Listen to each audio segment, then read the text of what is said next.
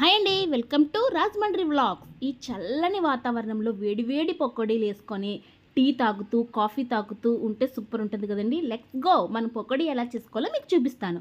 ముందుగా సన్నగా చీలికలుగా 2 ఉల్లిపాయల ముక్కలు కోసుకున్నానండి. శనగపిండి పక్కన పెట్టుకున్నాను. చూడండి, ఉల్లిపాయల్ని కొంచెం పసుపు ఉప్పు వేసి చిటికెడంత కారం వేసి అది బాగా ప్రెస్ చేయాలండి, వాటర్ వచ్చే వరకు. తర్వాత కొంచెం కొంచెంగా శనగపిండిని వేసుకొని అది బాగా ప్రెస్ చేస్తూ కలుపుకోండి.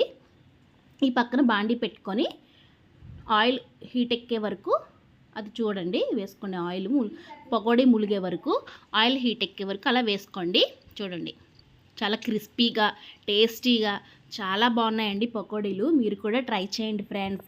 మరిన్ని వీడియోస్ కోసం నా ఛానల్ని లైక్ అండ్ షేర్ సబ్స్క్రైబ్ చేసుకోండి ఫ్రెండ్స్. అదిగోండి, పకోడీలు రెడీ అయిపోయాయి. చూడండి, కూల్ వాతావరణంలో సూపర్